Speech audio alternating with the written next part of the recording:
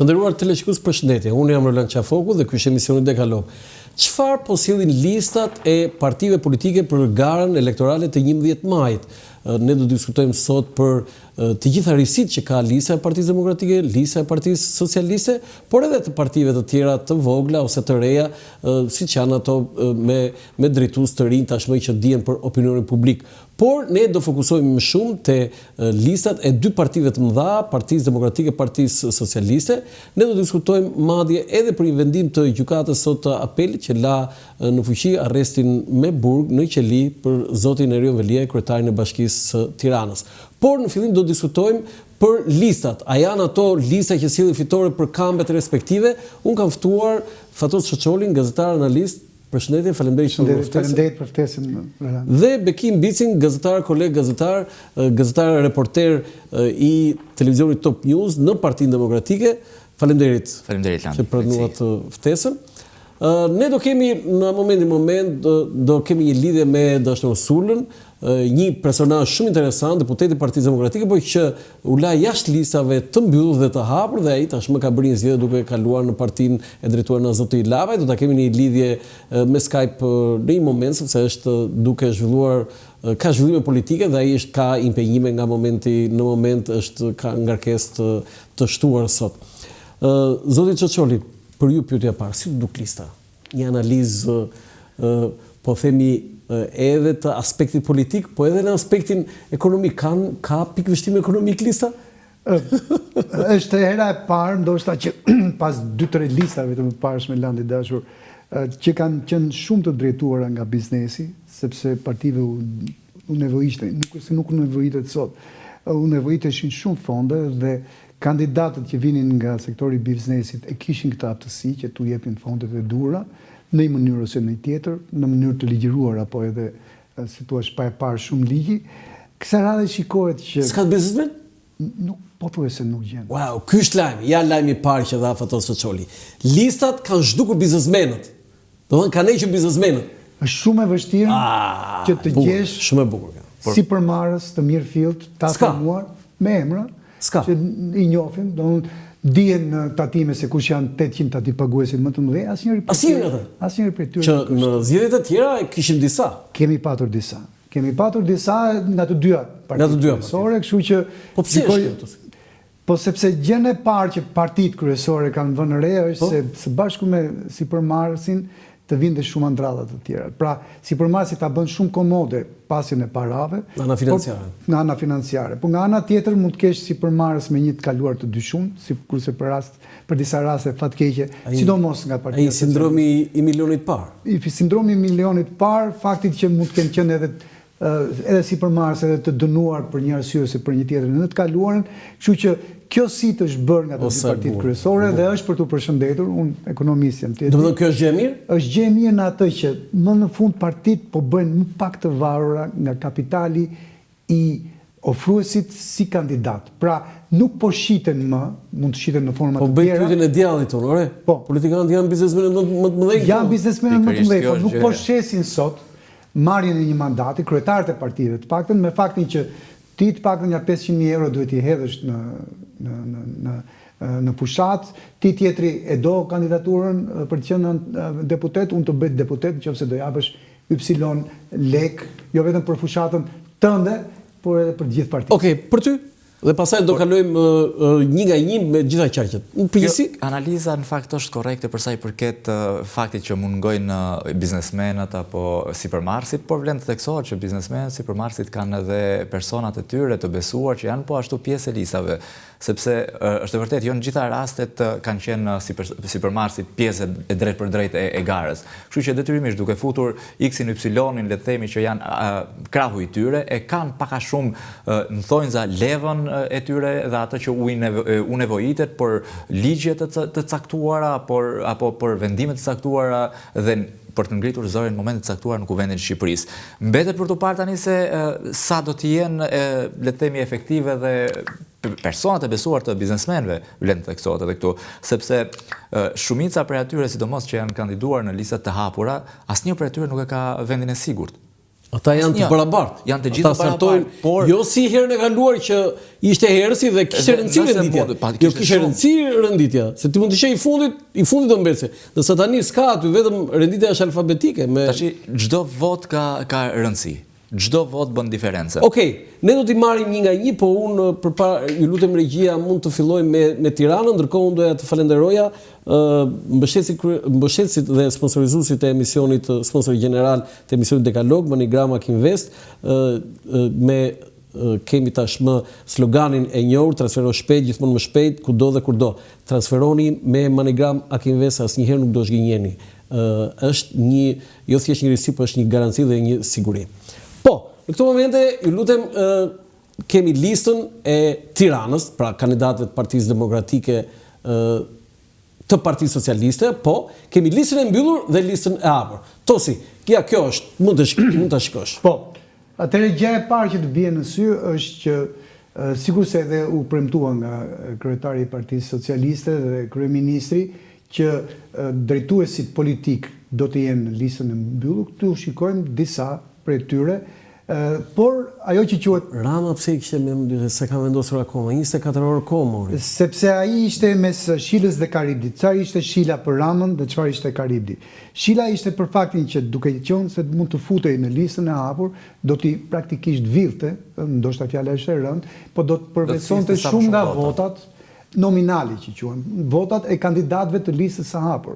Dhe mund të rezultonte për Tiranën që Rama të kishte le të themi 140.000 vota personale dhe të hante votat e të tjerëve që do të shkonte tek kandidatët e listës së hapur. Maksimalizon. Kështu që ai ato 140.000 vota do t'i merrte a forfait në kuptimin e mbështetjes që ka kryeqytet për Partinë Socialiste, që do ishte i pari që gjithë do të thoshin po Ramës dhe ja japim, plas gjithë një për mbështetësit të Partisë Socialiste, në këtë mënyrë i kalon tek ata që garojnë vërtet. Tani, Edi Rama, Gerta Brasiliu, Elisa Spiropali, Lindita Nikolla, Taulant Balla, të lutem full screen, të lutem nëse mundesh, regjia, Albana Adea Pirdeni, Albana Koçiuri, Igli Hasani, Delinda Ibrahima, Ilva Gjuzi, Iris Luarasi, Erion Malaj.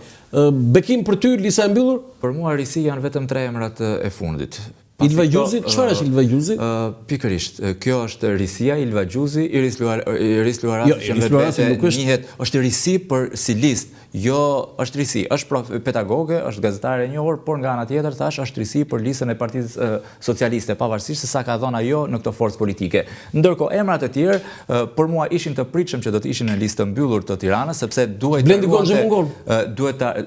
e don që të maksimizoj votën për në Tiranë. Vlen të theksohet që Bledi Gonxhe tani është mes dy teheve për mua. Nëse Blendi Gonxhe është një nga kandidatët potencial në rastin e Bashkisë Tiranës, nëse zoti Erion Veliaj do të shkarkohet si pasojë edhe e mungesës së pritshme apo edhe ndonjë vendimi pa dashur të paragjykuar vendimin e gjykatës posaçme. Jo, sot kishte e lanë qeli. Sot e lanë qeli, por nuk ka një vendim të formës prerë. Jo, nuk ka vendim të formës prerë. Sepse kemi edhe rastin e Rexh Biberit që i ka kaluar 3 muaj dhe duhet të ishte shkarkuar për sa i përket parashikimeve që ka ligji për kryetarët e Bashkisë, por vijon të jetë në detyrë në Bashkinë Tropoj. Ligji parashikon që nëse mungon 3 muaj në bashki, duhet të... Fakti që Rama nuk e ka zbatuar për atë, nuk do të thotë që se zbaton për Erion Veliajin. Po kush është, për mendimin tim, kush është Rexh Biberi para Erion Veliajit? Jo, ne nuk e dim, thash, nuk duhet përgjithësojmë. Nuk e dim vendim. Është e vërtetë. Se ti thuaj që Rama ka shkelur ligjin. Rama ka shkelur ligjin për zotrinë në fjalë. Po se shkel ligjin për Veliajin. Atëherë marrim rastin që s'do shkel ligjin. Cilët janë kandidatët potencial për kryetar bashkie? Blendi Gonxhe patjetër. Blendi Gonxhe, kandidati kryesor. Dhe atëherë çfarë do të Blendi Gonxhe? Blendi Gonxhe do i thuhet, e ka fut ngar, i ka thonë trego veten, sa vota mund të marrësh, nëse nuk fiton, ti je i djegur. U dogj Blendi Gonxhe. Nëse fiton ja automatikisht kandidat. Arsyeja kryesore që një pjesë mirë të emrave të njohur, qoftë në qeverisjen e sotme të Partisë Socialiste, qoftë edhe në qeverisjet e mëparshme, bëhet fjalë për një ish kryeministër, bëhet fjalë për disa ministra, ish ministra, që janë në emra të njohur në publik, është që të maksimizojnë votat. Pra i ka futur në, le të themi, në parcel dhe i ka thënë punoni arën edhe vini frutet. Keni përfituar nga Partia Socialiste, tashmon ktheheni. ktheheni. Sepse janë emra që mund të japin. Kanë një, si thua, personalitet, një background të tyre dhe mund të mobilizojnë njerëzit. Por do të tregohet në terren se sa me njerëzit janë të aftë të punojnë. Mendoj se zoti Gonxhe, edhe kur ka qenë zëvendës kryetari i Bashkisë së Tiranës, ka një profil të tij. Pra e njohin që jo, është i teknicien më shumë se sa një profil politik, por e ka një profil publik të quaj, më shumë se sa domethënë politik, shumë e drejtë, tani është në politik, madje jo tamam në politikën aktive, por në politikën qeverise, sepse është një ministër i një ministrie të rëndësishme. Të dyja së bashku i duhen zotit Rama dhe gjithë Partisë Socialiste. Po kjo që tha Bekimi është me shumë. Që të lërojnë, domethënë të ketë një parcel, të ketë një nga ajo mekanizmi që të hyjë thellë në besimin dhe votën e njerëzve. Po kërkon vota me këta njerëz që i kanë nxjerrë në listë lirë. Thash ka luajtur me të dyja. Po kërkon maksimizim, jo se sa vota, por maksimizim. Maksimizim nga ana tjetër ka ruajtur atë thelbin e partisë. Okej, ju kërkoj ndjes, më bëjnë shi nga regjia që kemi në këto momente deputetin Dashnor Sula, deputetin e Partisë Demokratike që ka bërë një kapërcim të madh, mund të themi, pas asaj që ai e quajti zhgënjim të madh. Nuk e di, kemi mund të lidhemi në këto momente për të zhvilluar bisedën. Po Landi. Po, përshëndetje zoti Sula. Përshëndetje Landi, faleminderit. Tani ne kemi bërë shumë biseda bashkë edhe live, edhe me regjistrim, edhe konfidenciale, po ç'ishte kjo më zoti Sula? Domethënë, kur kujtoj ato aksionet e tua të forta politike, thosha, shiko, qëse kjo majoranca vihet ndonjëherë në siklet, vihet nga këto që thot dhe bën Dashnor Sula, se kështu me dafina e me kështu nuk e çajnë kokën shumë ata. Landi, është prekë qartë për një vendim absurd, një vendim pa drejt, një vendim i cili mua dhe të gjithë mbështetësit e mi të Partisë Demokratike, simpatizantë të Partisë Demokratike në të gjithë duhet nga Beqini, Beqi, Çarriku, Gramsci, Elbasani, i ka lënë, do të thosha, do të projekt shokuar sepse ka pasur një reagim të tillë. Dhe por ja që në këtë parti fatkeqësisht do duhet të jesh ose lëpirë si madh, ose një njeri servil në ekstrem, gjë që unë në jetën time se kam bërë kurrë por asnjëherë s'ka për të bërë sepse lirinë e kam të shpejt dhe unë mendoj që një politikan po nuk që i lirë, nuk që i vretja, sigurisht në respektim të vendimit të partisë, por kur deformimi të personalitetit të vet apo të integritetit dhe të fyet deri në një mënyrë të tillë të deformohet, saqë nuk do ta pranoj morali njerëzor dhe morali politik. A ke biseduar konkretisht me zotin Berisha? Më fali Landi, a biseduat ju konkretisht me zotin Berisha? Keni biseduar? Tani, për të qenë sinqert, nuk u dha një mundësi përpara daljes së listave dhe pavarësisht që tentova për të takuar zotin Berisha, po u refuzova në kuptimin e heshtje, duke mos u përgjigjur kërkesat mia për të takuar në atë SMS-eve saktuara dhe kjo ishte e qartë për një javë që unë e kisha të qartë.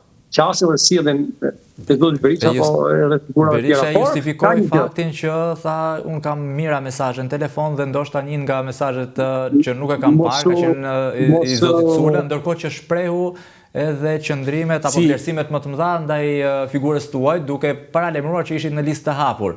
Unë fakt kam një pyetje drejt për drejt zoti Sula për ju. A nuk është pak si i pa drejt vendimi edhe karshi vetes po edhe votuesve fakti që ju zgjidhni listën e hapur të Adriatik Lapajt, por jo listën e hapur të Partisë Demokratike? Tani unë ju garantoj që nuk kam pas kur një telefonat nga Sali Berisha për një listë hapur, kur një telefonat nga i famshmi, du të përmend emrin i famshmi Nul Noka, kur, apo e famshmja Albana Voçi. Nul Moka ti kanë thënë këta socialistët, i thokë edhe ti e kishe sekretar përgjithshëm atë. Po Partia Demokratike ka ngel në dorë të Nul Nokës dhe të Albana Voçit dhe është fatkeqësi, të cilët janë të papëlqyer nga shumica demokratëve të rryer nga qytetarët shqiptar. Dhe kjo është fakt, nuk e themi sot e kemi thonë brenda vetes tonë me të tjerë dhe kjo dihet, nuk ka nevojë se ta vërtetojmë këtë gjë. Pra, fakti që unë kam patur nga drejtuesi qoftë nga njëshi Partisë Demokratike, nga dyshi Partisë Demokratike, nga treshi Partisë Demokratike, që të kenë pas një telefonata dhe për ditë të hapura kryesisht. Por unë jam i kritikuar si spakist nga Partia Demokratike nga një të dy, si njeri i afërt me Artin Domani, me dhe prokuror tjerë të SPAK-ut, të cilët unë nga patër koleg, dhe kështu që nuk zoj besueshmërinë e tyre dhe njeri që nuk e majt dot vath, dhe që e kam deklaruar publikisht mbështetjen e SPAK-ut, dhe sa të jem kam thonë në politikë do të mbështet SPAK-un dhe bile sfida ime është edhe sot ku jemi, edhe sot, nëse do ketë nevojë të bën ndryshime që duhet të i bëj thirrje dhe Bashkimit Evropian dhe të tjerëve, të cilët ne mund ta bëjmë ndryshimet që do duhen për SPAK-un, ligjin për SPAK-un dhe për GKO-n. Në çdo moment kam parasysh për zgjatjen e mandatit apo të prokurorëve apo të rizgjedhjes së drejtuesve të SPAK-ut, sepse e thashë në parlament sot është shfat pa përsëris për Shqipërinë që në krye të SPAK-ut është Altin Dumani. Unë njoh një grup të caktuar prokurorësh aty, siç është Andan Xholi, siç është Behar Dibra, siç është Edin Gogaj, siç është Olci Dado, siç janë disa prokurorë tjetër që ti një gëtër t'ja pas ke për vetës orë. Po ti një gëtër Allah, e ka deklaruar. Ty pra pas ka në lisë Allah. Ka punuar, s'ka masilloj Landi, jam i qartë në rrugën time Landi. Dhe nëse Shqipëria do shpëtoj nga kjo klasë politike korruptuar, po shpëton prej SPAK-ut, dhe opozita vërtet sot për sot është SPAK-u, sepse nëse të gjitha që kemi thonë deri dje, do ishte thjesht retorikë politike, akuzat, por ato janë materializuar nga SPAK-u. Fatos Çoçoli ka një pyetje. Përshëndetje zoti Sula. Jo, përshëndes, Fatos Çoçoli. Përshëndetje. Kam patur gjithnjë vlerësime për juve si gladiatori mirëfillti i opozitës son, por doja t'ju bëja një pyetje lidhur me... Bukur kjo, gladiatori i opozitës. Doja t'ju bëja një pyetje lidhur me primaret. Ju keni qenë morë pjesë si kandidat për kandidat në këto primare, ndër më të votuarit. Si gjykoni ato? Dhe çfarë sollën këto primare? Tani, Tosi, po ju është vërtetës respekt maksimal për gjithë demokratët që më votuan. Unë, më fali për modestin, nuk është mburje, unë nuk isha fare në primaret, se në basmarimit të seancës ditë të thënë kam bipur në Siçili dhe në Mal në takim me bashkëdhënëtarët, dhe kur mora vesh që ishe i pari i qarkut dhe kishte votuar dhe një kohë që kryetarët e partive ishin foltorët vetë melimit, komisionerët e foltorët vetë melimit, dhe antrasia listët e tyre dhe prap votuan, tregon që nuk gabojnë demokratët. Ato të cilët dolin në 4 apo 5 u futën në lista, kurse unë ishe i pari në gjithë qarkun, u përjashtova nga lista, ka bërë opozit për gjatë 4 viteve, ka bërë një aktivitet të madhështor në gjithë takimin në diasporën, me regjistrimin e qindra bashkëdhënëtarëve tonë, kam diçka pse më nuk di, bilet në një moment i thash edhe po bëj humor përpara se dilte Lisa sajt si e ka Albana Vokshi, thash moj do ka një kriter tjetër të plagosin socialistin, thash nëse keni një kriter do ta vlerësojmë me këtë. Me humor gjithmonë. Plagosin socialist? A ka ndonjë kriter për të plagosin një socialist që ta plotësojmë edhe këtë kriter thot? Ja, besoj me këtë kriter, sinqertavje, një plagosje po tani me këtë që tha Fatos Çoçoli që ti gladiatori opozitës të ka vënë një titull. Ti të kuadrin humori se unë jam paqësorë, se Fatos Çoçoli do ta mash mend, ka vënë një epitet, një titull gladiatori opozitës, është e jashtëzakonshme kjo. Përpiqemi. Tani, pyetja ime, cili është parashikimi yt, si do dali Dashur Sula në 11 maj dhe si do dalë Partia Demokratike? Tani, fatkeqësisht, unë nuk jam orakull, por më ka dalë parashikimi vitit 2017 kur i kam thonë Luzim Bashës që trojtë nga kandidimi, sepse mënyra si i bëre listat i thash nuk i kalon 3 mandata në Elbasan. Keni gjallë Tan Hoxhëm, analistin, i cili bashkë me Kacaut Islamin, në cilën kam marrë telefon, tha mu keni natë Lut Bashë, thash atë qarkun e njoh me pllon. Dhe kur mbaruan pasaj zgjedhjet, atëherë të 2017-s, sa më pas drejt. Dhe shti mos pyet për Kuksin mua probleme të tjera, këtë pyet për Elbasanit. Dhe unë këtu them që më rasti më i mirë, që prap kam dyshime të forta, është me 5, por unë mendoj të 4 mandatat do marrë Partia Demokratike në qarkun e Elbasanit, dhe kjo është fatkeqësi. Unë shpresoj shumë për veten time dhe një mandat tjetër, vetë një mandat, 2 mandate, mund një gjysmë 2 mandate, diskutojmë tek nisma Shqipëria bëhet, dhe unë do të thënë që jemi të shkojshitur, do të thënë të qartë. Ti thua Partia Demokratike në Elbasan merr 4 mandate, Partia Socialiste sa? Sa ka gjitha? Jo, 4 mandate, them deri 5 maksimumi. Po. Them Partia Demokratike, synojmë te mandati i dytë. Sa ka Albasani gjithsej? 14. 14. Do të thënë, sa merr PS-ja? Tani PS-ja besoj tek do ngeli 7 mandate. 8 ose 9. 8-9 dhe një do ta marrësh ti? Një mendojmë, një edhe synoj të dytë mendoj.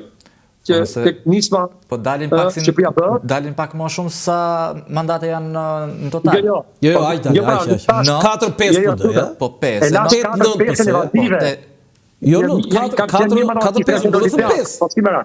Dhe 1-2 por po them po e loj vazive, kupton, 4-5 edhe 8-9.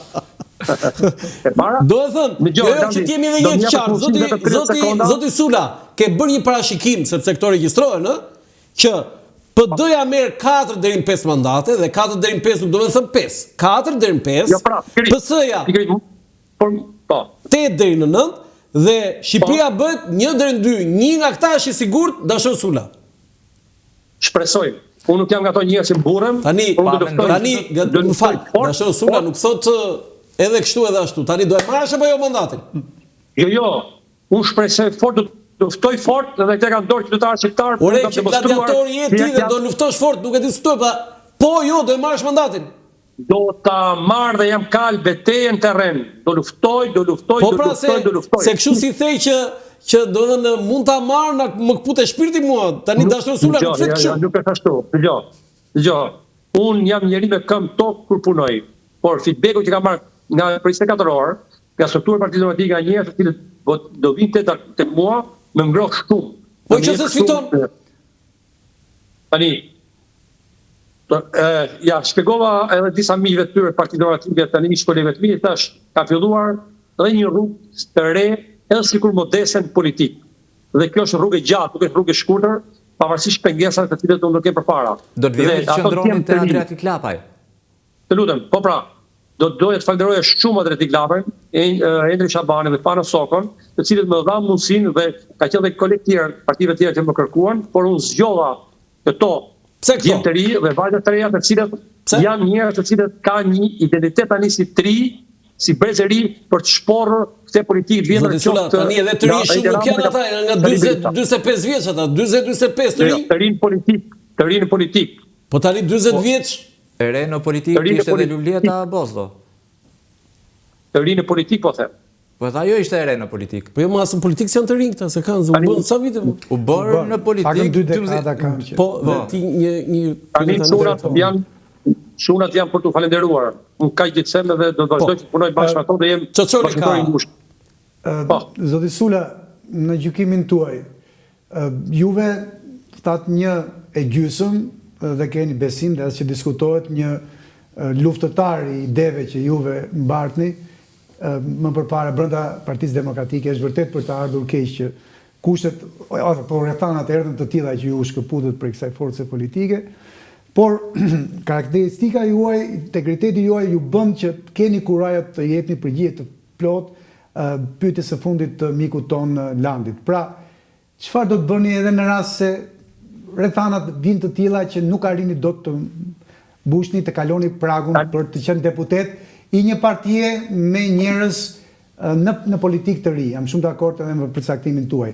Çfarë qytetarët kanë interes të dinë? Ky luftëtar i ideve të veta, çfarë do të bëjë? Kemi një shkputje. Okej, derisa të rregullohet, ne po diskutojmë në studio për në rregull. Jemi? Po. E kemi. Okej, po zoti Sula? Po një. Dashi thjesht të përsëris pyetjen e Landit me shumë sinqeritet, pasi ti i tillje nuk di të thuaj gjëra që nuk i ke brenda në zemër. Thuaj zemrën tënde si e mendon. Nuk e mendoj deri në datën 11 te opsion fare, po fare. Pik. Dhe një pyetje tjetër të fundit të Landit.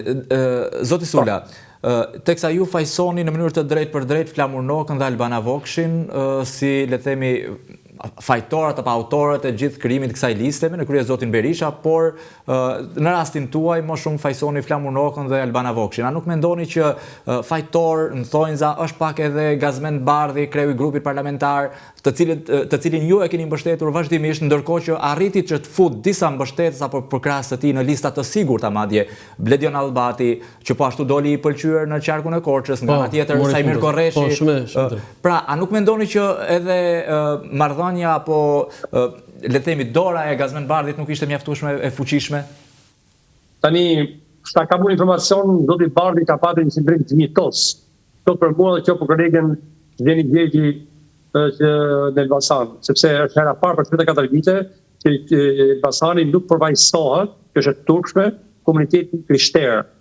Hera parë për 34 vite. E para, dyta, kjo listë e cila është një listë jo gjithëpërfshirëse e mundshme politike që ka Elbasanit, sepse nga 7 bashki të gjithë kandidatët janë për bashkinë e Elbasanit, 6 bashki tjera, Pekin, Belçavik, Gramsh, Librash, Prenjas, janë të papërfaqësuara. E kupton çfarë do? Do të ju e vlerësoni zotin Bardhi, po ju vet atë vallën atë ditë e kërcyet atë këngën e Berishës? Po se kërcej pra, se pikërisht se kam kërcyet vallën, jo, ishe aty? Nuk shko fare, miku im. Nuk e shko fare? Po t'ishe aty? Po s'ka shans. Jo, po në i gotë verë kështu dhe atë shamin, se zoti Bardhi kërceu për shumë. Pa një kokë Mulandi, unë ka votu kundër Sali Berisha, ishte kryeminist, ishte më të fuqishëm. Jo, ti vlerësove Bardhin, po Bardhi e kërceu, ë? Jo, le ta kërcej, unë aty, unë ky jam. Dashi se po të bombardoj me pyetjet kërkojnë ndjes, po ti e din ne gazetarë jemi. E marrin që të mirë qenë që do futesh, unë ta uroj me zemër, sepse po hyre ti në kuvendin ton, do sjellë shumë energji, që të tjerë ralli kanë, siç i ke ti. Shoqaurimi të ka bërë, të uroj me zemër, thë. Faleminderit. Por nga ana tjetër, si do të sillesh? Pra, e shikon një aleancë të natyrshme edhe pse para zgjedhjeve nuk ka qenë një aleancë e tillë, partinë të cilës ti tani domethënë po kandidon, edhe që kuptohet deri në 11 maj do t'i shërbesh, është normale, me forcën kryesore në opozitë, pra me Partinë Demokratike. Si mendon që në ditën e parë të menjëhershme të themelimit të kuvendit pas rezultatit, ti do të orientosh edhe partinë tënde, se tek e fundit duhet jemi dhe realist. Nëse ti fiton, kjo parti nuk është se ka shumë shanse që të fitojë shumë deputet të tjerë në vend. Duhet jemi realist në atë që të themi. Tani, si mendoj unë, qëllimi parsor i nisma Shqipëria bë do duhet të marrë një numër të konsideruar deputetës për me dhënë mundësinë e Edi Ramës, Partisë Socialiste të bëjë 71 mandate. Sa e parashikon ti? Më profesore, lutem, më gjë kujdes. Të lutem. Sali Berisha me Partinë Demokratike ka kry punë, që unë jam i qartë që nuk fitoi dot më. Mbas asaj liste dizastri që ka dalë, dhe është më afër sepse ai vokacion që filloi të ngrihe me ardhen amerikanëve, pat ka vite pikësh në gjërat, unë shikoj që do ketë një kthim brapa tani, do të krijojë problematikë të mëdha. Dhe kështu që e kam të qartë gjë. Por, do të luftuar që Edi Rama mos bëjë 71 mandate me qëllimin e vetëm që të imponohet që të kemi një vizë tjetër politike të fortë dhe ky dy polarizim që është sot Partia Socialiste, Partia Demokratike, majtë dhe gjatë, të cilën mbajnë një këmbë njëri tjetrin, do duhet që të filloj të zhbjerët. Dhe nëse do të ndodhi kjo, do të ndodhi në saj të nismës, Shqipëria bëhet dhe forcat të tjera politike të vogla të cilët do kafshojnë majtas dhe djathtas të cilët do marrin mandate, dhe ky është qëllimi mendoj dhe ky mund të jetë fragmentizimi i ri i parlamentit shqiptar. Pastaj do shikohet situata politike mbas 11 majit që do ketë. Do të jeni duke thënë që nuk fiton Partia Socialiste. Unë them synimi jonë është të pasojë Partia Socialiste në 70 mandate, pikë. Po Partia Demokratike me përjashton fitoren. Nuk bëhet fjalë. Nuk bëhet fjalë, Nuk bëhet fjalë. E di dhe për Sali Berisha shumë njëtë gjë. Okej, zoti Sulat, falenderoj për mundësinë që na dha të bënim këto pyetje. Të urojmë suksese në garën tënde, garë më të fortë në karrierën tënde politike nuk e pas. Ky është basti i yt politik në gjithë karrierën tënde, po ti je mësuar me ulje, ngritje, me betejë të forta dhe kështu që të paktën ne këtu nuk ta kemi shumë frikën. Faleminderit. Landi. Të urojmë suksese, mirupafshim. Faleminderit. Suksese dash. Kthehemi në studio. Po, se e nisëm sërish. Lista e Tiranës, përsëris, se nuk e mbaruam analizën, sidomos lista e hapur ka risi, më ndihmoi dhe Bekim ka ca emra aty që ti njeh nga Partia Demokratike, për shembull Blendi Sulaj. Blendi Sulaj më bëri shumë çudi. I Fatimi Mediut, i PD-s, krau i djathtë i Lulzim Bashës. I Lulzim Bashës, krau djathtë, tani në listën e PS-s. Lutem full screen. Blendi Sulaj, sa është kështu si i panjohur aty, sikur s'bën burg. Ja, në mos gaboj numri. Nuk është, sepse është lista e Partisë Demokratike, ajo është në listën e Partisë Socialiste. Jo, te lista e Partisë Socialiste, po. Te lista e Partisë Socialiste. Nuk mund të flasim për numra për shkak se renditja është pas të rendit alfabetik. Dhe Blendi Sulaj në këtë rast është i... Blendi Sulaj është i 1, 2, 3, 4, 5. I 6, pas Blendi Gonxhës, kjo për shkak të rendit alfabetik, nuk ka lidhje me renditje. Si e shikon këtë? Unë shikoj që në fakt po u dalin, mendoj unë, akuzat demokratëve të tjerë, ndoshta edhe vetë zoti Berisha, ndjes që zoti Basha dhe le themi armata e tij kanë bashkëpunuar ngushtë me zotin Rama dhe këtë po e do të thënë krau i djathtë i Bashës, krau i djathtë i Mediut, krau i djathtë i PD-s. Eksakt. Dhe jasokohet tani shkon me kandidon për kundërshtarin kryesor. Dhe në Tiranë. Dhe në Tiranë. Për të marrë vota dhe për të prishur akoma më shumë punë, ashtu siç në fakt ndodhi edhe në zgjedhjet lokale me kandidimin nga ana e Partisë Demokratike të zotit Basha dhe duke marrë votat po ashtu të demokratëve, duke bërë një, le të themi, një kalkulim që patjetër do të nxirrte dhe do të dëmtonte Belin Kolliçin aso koha të cilin e kishin thonjë za hal në sy Lulzim Basha dhe të tjerë. Mendoj se Bekimi ka të drejtë në dy gjëra. Jo, ti marr një nga një. Të lutem edhe një fullskrin. Do një fjalë për Pandelim Majko. Po. Atëherë, për vetë faktin që është edhe Pandeliu në Brast, duke të rrequr fort atë që mbjell fermeri Bujku, pra tregon një gjë që ai është aty për të maksimizuar për të marrë sa më shumë vota nga elektorati. Ende Pandeliu ka ndikim në elektorat. Sidomos, por unë mendoj që tek Tirana nuk ka. Pandeli Majko, pavarësisht se është një qark shumë i vogël Kuksi, pavarësisht se historikisht Kuksi ka dalë 2-1 apo ka fituar në mënyrë totale Partia Demokratike, nëse Pandeli Majko do të qëndronte edhe në listat e hapura të Kuksit, do të rrezikonte të merrte mandat shumë më lehtë se në Tiranë. Kjo për shkak se Kuksi është shumë vështirë të marrë. Për mua Pandeli Majko nuk do të jetë pjesë e kuvendit. Po Erion Braçi?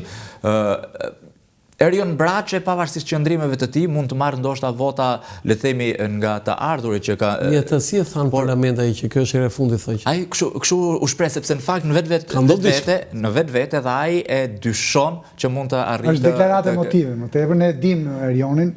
E dim që ai deklaratat e tilla i ka, por ai di shumë që është vështirë. Marr vetëm një gjë, më thotë. Ja po zemra edhe këshilla pastaj kur është thot do të më i thën sot, jo senator, po të them pleqtë e PS-s, Pandelim Majko dhe Erion Braçi, pleqtë e PS-s? Ka ardhur koha ndaj, ke shumë të drejtë. Pleqtë e PS-s, Pandelim Majko, plaku PS-s. Po, ka ardhur koha që këta realisht jenë ke brezi i tretë si thua militantëve dhe i kontribuesve të partisë. Ky është titulli për këtë. Pleqtë e PS-s, Pandelim Majko, Erion Braçi. Edhe njëri lutem full screen, disa emra të tjerë që mua më kanë më përshtypje, janë aty për shembull Mimi Kodheli.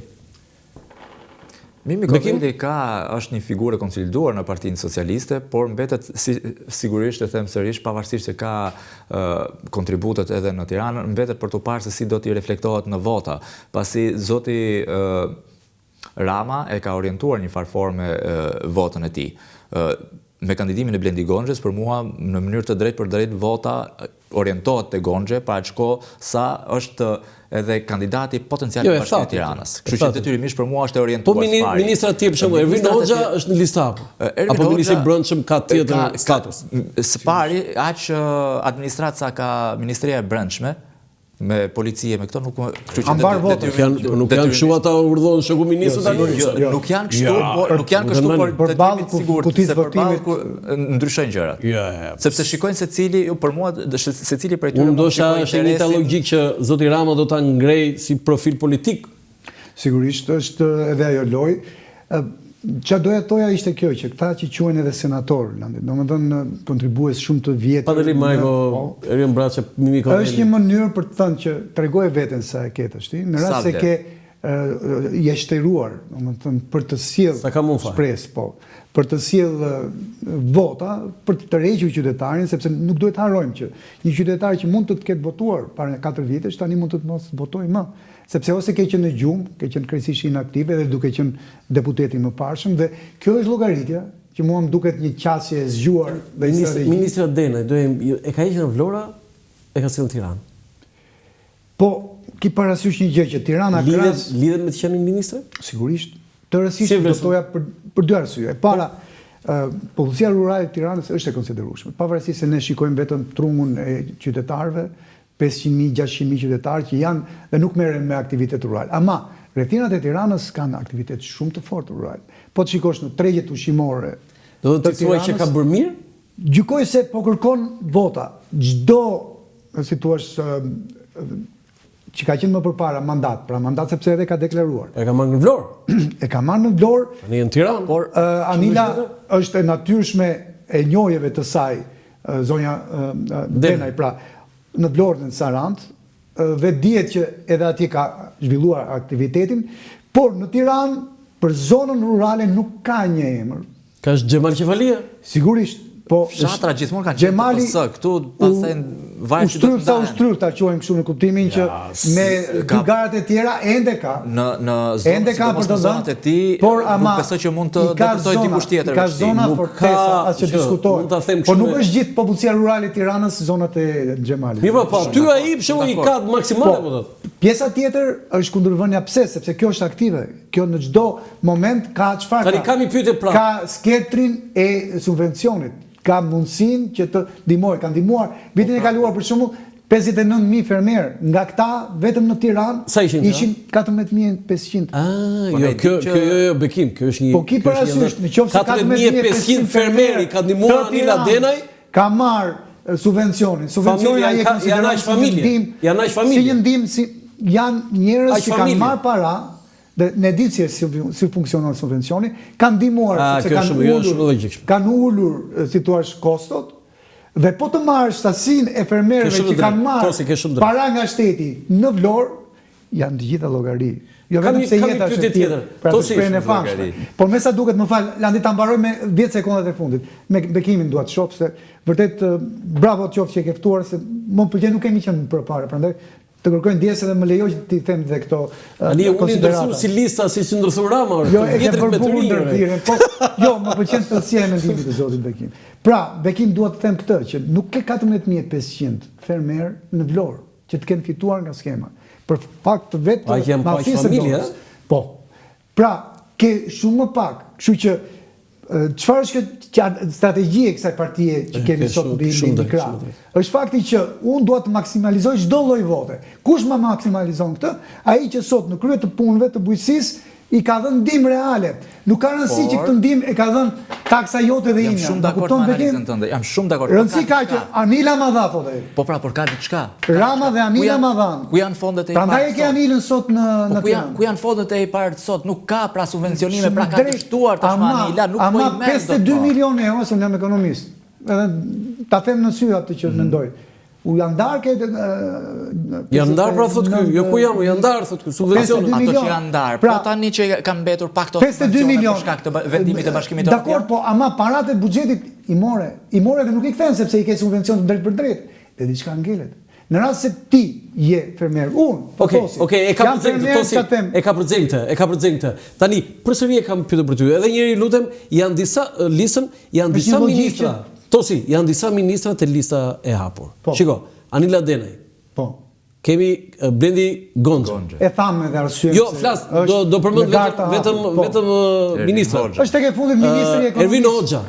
Në fakt ka shumë ministra dhe ish ministra. Dhe ish ministra, për shembull ish ministra kemi Etilda Gjonaj, Ermonela Felaj, kemi Fatma Xhafa. Erion Xhafa ka qenë zëvendës kryeministër. Ke Klotilda Bushkën, që më bërë përshtypja atje si personazh, pastaj ke Plaren Dreca. Që ishte kjo? Jo, flasim njërë për ministrat? Atër edhe njërë. Për ministrat është gjithë një vjelja e votave për shkak të aktivitetit të tyre të sotëm në qeveri. Pra në rast se ti ke ministrin e brendshëm e thamë, nuk ka nevojë dhe ta përsërisim, do se bëjmë mërzishëm. Ti ke me mira njerëz që janë sot efektiv të... Eksakt. Kështu që ndikimi është pavarësisht se sa, je apo si e para kutisë votimit, ti ndikimin e ke. Eksakt. Paktën e ke të llogaritur. Kjo është e njëjta logjik. Është e njëjta logjik, gati e përbindshme në, domethënë në detajet me të cilat punon Prama. Domethënë gati madhështore. Madhështore, të doja në shpresë. Partia Demokratike tani të Tiranës. Se opozita gjithë një ngjall shpresë.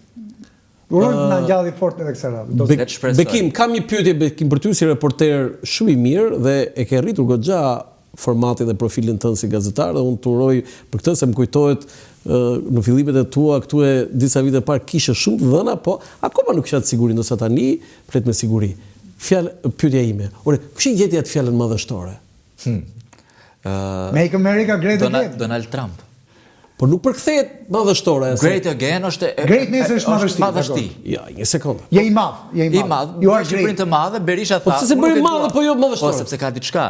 Nuk mund ta bën Shqipërinë të madhe sepse mund të inicionte nacionalizëm të teksuar këtu. Se madhështore, po madhështore është më madhe se sa e madhe. Jo, madhështore është në një tjetër kontekst. Në cilin kontekst? Është në kontekstin ta bësh madhështore në ekonomi, ta bësh madhështore në Berisha vet. Berisha vet e ka thonë në konferencë, ndërkohë që po thonë, e ka thënë dhe thoshte, ndërkohë që shpjegon Great Again, e the make Albanian Great Again, dhe tha, unë do të them jo të madhe, tha, siç e thot Trump, por ne do ta bëjmë madhështore.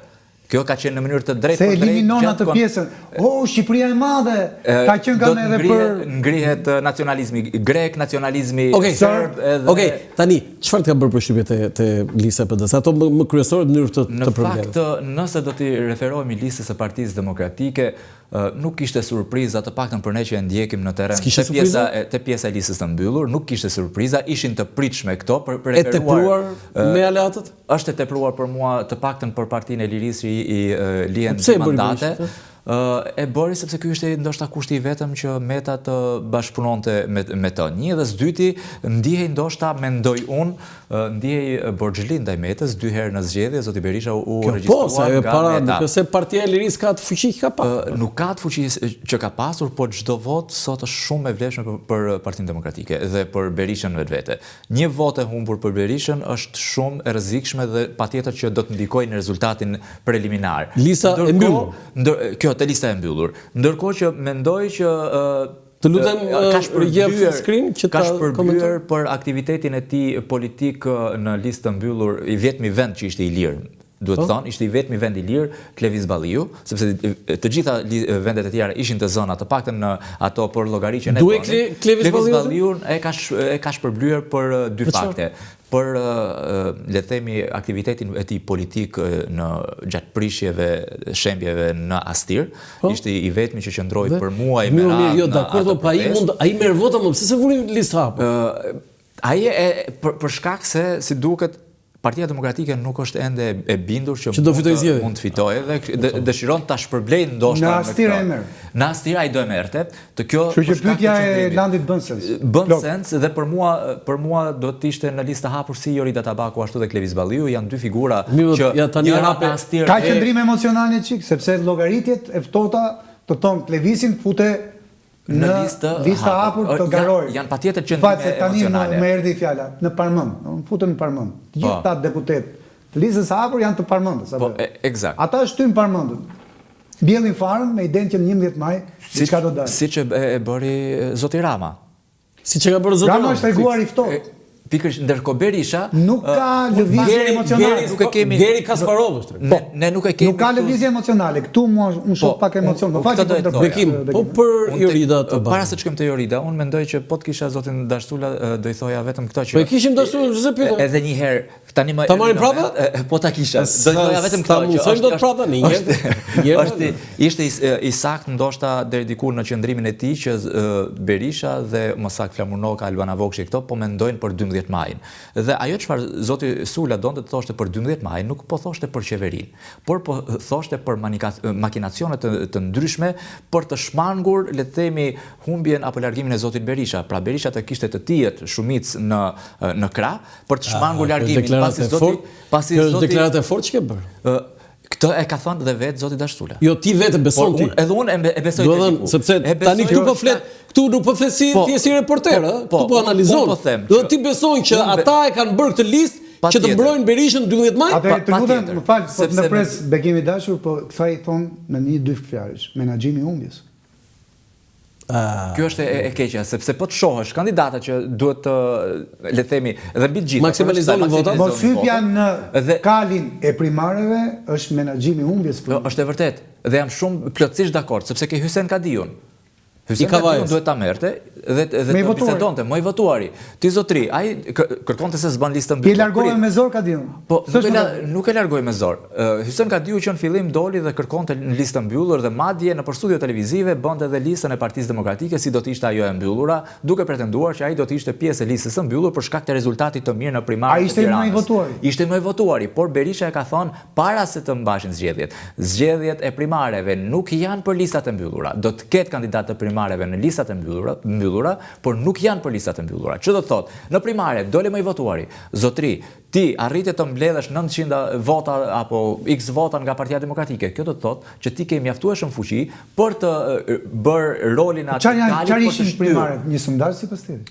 Për mua ishte një sondazh që shiko se ti mund të marrësh vota në elektorat. Tani është për dalë te krau tjetër. Ishte një sondazh për të treguar se kë kam më të fuqishëm për të më dhënë vota mua. Si ta detyrosh demokratin? Edhe qendrestarin. Tani një gjë të vi, të hedhi një votë. Në parlament mua që edhe ti thua unë e kam votë të barazbledhshme me një sondazh. Të barazbledhshme me një të marrë telefon për këtë do votosh ti. Kjo i bie. Por nuk mund të krahasosh ka diçka tjetër. Primaret ka ta ndisen kështu. Po jam shumë dakord. Nuk u prezantuan të tillë. E di pse ndodhi kjo. E di mënyrën se unë ndoshta se ndjek shumë nga. E di pse ndodhi kjo. Kjo ndodhi për shkak edhe të mënyrës që u vendos për të votuar për primaret. Sepse patjetër, nëse voton vetëm një, patjetër Hysen Kadiu në të gjithë Kavajën i ka 700 vetë në antar që do të fitojë. Po pra, votat i kanë nga Kavaja. Okej, e ka përzim të Jorida Tabaku tani, këtë do doja unë tani. Jorida Tabaku, si duket, u ndëshkua edhe për qëndrimet e saj, as mish as peshk ndaj zotit Berisha dhe në tërësi ndaj Partisë Demokratike dhe si duket u ndëshkua. Ishte kështu mbi pale. Ishte mbi pale. Dhe kjo me votuara tani që i mori te fisit e familje vetë, domethënë thjesht lindur rritur në Tiranë, të kesh mbiemrin Tabaku, një mbiemër i madh në Tiranë, të marrësh 100 vota. Ai duhet merrte 10.000 vota, e thoshte po, unë jam e votuar, po jo me 900 vota. Por mund ta ketë parë edhe në këtë aspekt zoti Berisha, meqense se zonja Tabaku pretendon që në Tiranë ka mbështetje të saj, okay, tregoje veten çfarë mbështetje ke dhe edhe ajo e tregon veten për vota më. Lutem edhe një full screen. Tosi, dua një koment për personazhe të tjerë. Fjala vjen, aty ka emra nga më të ndryshëm, për shembull Myslim Murrizi, që merr vota. Merr vota. Vota merr edhe Aslan Dojgjani. Po. Në Kamz. Ashtu është. Tani, vota ndahet me Petrit Dodën. Janë personalitete me ndikim. Ilda Zhulali nuk është Aman Bashorti saj, Aldo Bunçi, nuk është. Por merr vota në Tiranë Ilda. Merr vota? Vajza e Safet Zhulali. Pikërisht. Pra, domethënë në të mos harrojmë, votuesit tanë i kemi edhe 80 vjeçar, edhe sepse nuk ka kufi mosha sipër. Kështu që ne kemi shumë edhe fal e gjatësisë që jemi populli i katërt që plakemi më shpejt, domethënë në Evropë. Ja pse duhet analiza ekonomike në një emision politik. Pra, kemi shumë njerëz që kanë njohur Zhulanin, ministër të mbrojtjes. Dhe kanë patur personalitetin e tij, e kanë përjetuar atë. Kemi, si thua, trashëgimin e ish ministrit të ndjerë Zhulali, kemi lidhjen që ka me një nga deputetët më aktiv, domethënë, të Partisë Demokratike në 2 legjislaturët e fundit që ka qenë zoti Bunçi. Kështu që gjykoj se edhe zonja Zhulali po ka ndikim dhe do të marrë vota. Se sa pastaj aty është çështja. Bëj përshtypje i parë i listës e Tem Aga. 2 korrik 1990 u fut në ambasadën franceze, ka bërë një karrierë të jashtëzakonshme akademike në Paris. Profesor në universitet. Atëre mos harro Landi, dashur. Edhe kjo nga diaspora është shumë interesante. Kemi mbi 200.000 vota të diasporës. 239.000 diçka. 240. Gati 240.000. Po s'është pak për. Jo, po ai në ambasadën se unë i kam dhe foton e dy korrikut aty që është në ambasadë. Do të thonë në ambasadën franceze. Dhe ishte madje i pari ndër të parët që me autobus posaçëm ju largua. Po, është. Kështu që e njihni vetë. Jo, personalisht jo, po e mbaj më mirë atë që është një prurje, po themi, e Partisë Demokratike shumë interesante, por që mua më dhëmba ti Andi Musafaj. Si ka mundësi më një djalë i shkolluar në Paris e tjetër, si ka mundësi? Aty ka shumë emra. Apo ishe shumë i kualifikuar dhe po tepër se ç'duhet muskujt e tij politik ishin të brisht. Nuk blen për këtë detyrë sepse jemi më i kualifikuar. Jemi më i kualifikuar se jemi më akademik se ç'duhet. Edhe mua më vjen keq në fakt se pse nuk e kanë futur ndoshta të paktën nga lista apo nga kuotat e forumit rinor. Kanë futur persona të tjerë nga forumi rinor që nuk e kanë aktivitetin apo inteligjencën dhe intelektualitetin e zotit Mustafaj. Ja thosha edhe në studio, ti kam frikë se do të dështosh se je i mirë, je i drejtë, je i arsimuar, je i kulturuar. Je pak ex-katedra. Je shumë evropian, po kjo je shumë evropian, më frikson. Tek qytet pikërisht. Krijon një distancë me atë që të ndjek. Kush më? Lulzim Basha, ishte shumë evropian. Aman të lutem tani. Në kohën e tij ai prandaj pëlqej, ishte shumë evropian. Aman bekim, aman të lutem. Tani dua të diskutojmë për listën e një qarku tjetër, një qark i rëndësishëm ndoshta Durrësi. Ai është më pak i diskutuari. Diçka edhe ke Tiranës së mblejon, me shumë shumë. Pra, Tirana është, si thua, pasqyrimi mirëfillt i politikës së Ramës me senatorët e vet, të partisë së vet. Me njerëz që kanë një të kaluar kontributi shumë të rëndësishëm dhe kanë mbajtur pozicione qendrore në qeverisjen e PS-s. Nuk është pak, unë të kesh 3 mandate rresht qeverisje. Dua të them këtë, Landi, që me shumë, domethënë zgjuarësi dhe një strategji ka bërë këtë që tregoje veten. Ne po flasim për Tiranë, se Tirana është Stalingrad. Po, se diskutohet, por ama në vjet përgjithshme edhe në rrethet e tjera, në 11 prefekturat e tjera duket kjo. Po jo, patjetër, këtu është ambari, këtu është oqeani. Por ama i ka thënë, dil lëro parmendën dhe shiko se sa vlen lëkura sot. Se dakord ke patur vlera, ke ashtu, por nuk mund të më ngjitesh më dhe të më kërkosh pozicione pa treguar se sa vlen sot. Dhe kjo është një mënyrë çfarë? Për të thënë që nuk kam gjë me ty personalisht. Sepse nesër pas nesër, gjë e parë nga një humbje do thuhet e ka kryetari me mua. Nuk më desh kryetari, kërkova takim ke Berisha, po nuk më desh Berisha. Kjo është një formulë e zgjuar për të thënë që shiko, provove veten, e kalove dumin, e kalove këtë stekun shumë të lartë, arritet deri në rekord evropian në kërcim me qytetarët e tu dhe të mitë, edhe bëhet. Pra, është mënyra se si e bën, edhe duke shumë e qartë në Tiranë, por le të shohim dhe Durrësin pak është një çik ndryshe nga të tjerë, dhe ndoshta bekimi. Okej, një qark tjetër që mund kemi më përmbar se ne do t'i Durrësi do ishte këndshëm po. Durrësi, okej, shumë e mirë. Të lutem full screen, kjo është lista e Partisë Socialiste. Mu bë qefi shumë që e para listës është Klodiana Spaiu, një doktoresh shumë e njohur, po edhe një deputete e papërfolur, e ndershme në punën e saj, e zonja në punën e saj, dhe mjaft aktive në parlament. Dhe mjaft aktive për sidomos për çështje specifike. Milva Ekonomi, Lojër Kume, nuk e njoh, Skënder Pashaj, Aurora Mara. Janë prurjet e reja të Partisë Socialiste, pasi zoti Rama është shprehur që tashmë të vjetrit, ata që kanë vota dhe, siç thamë më herët, e shohin veten të fortë mjaftueshëm për të eksploruar, le dalin në terren, ta tregojnë. Ndërkohë, pjesën e mbyllur u japin të rinjve, pasi zoti Rama edhe dje shpjegoi mjaft qartë këto që tha, unë Partinë Socialiste do ta hap. Dhe këtë herë jo e ka hapur, po ka stërhapur. Pasi në e ka shyrë? Nuk e di nëse do të guxoja ta thënë ata. Bukur si pyetje. Ai ka shyer apo jo? Hapja është mjaftueshëm apo mund të them për aq kohë sa në Tiranë e ka mbajtur atë, le të themi, thelbin e Partisë Socialiste, edhe në qarqet e tjera ka lënë përfaqësues, kështu që nuk mendoj që do të shkojmë deri te shyrja e kësaj force. Atëherë, tek listat e mbyllura përzgjedhja është bërë me kujdes, shoh pse.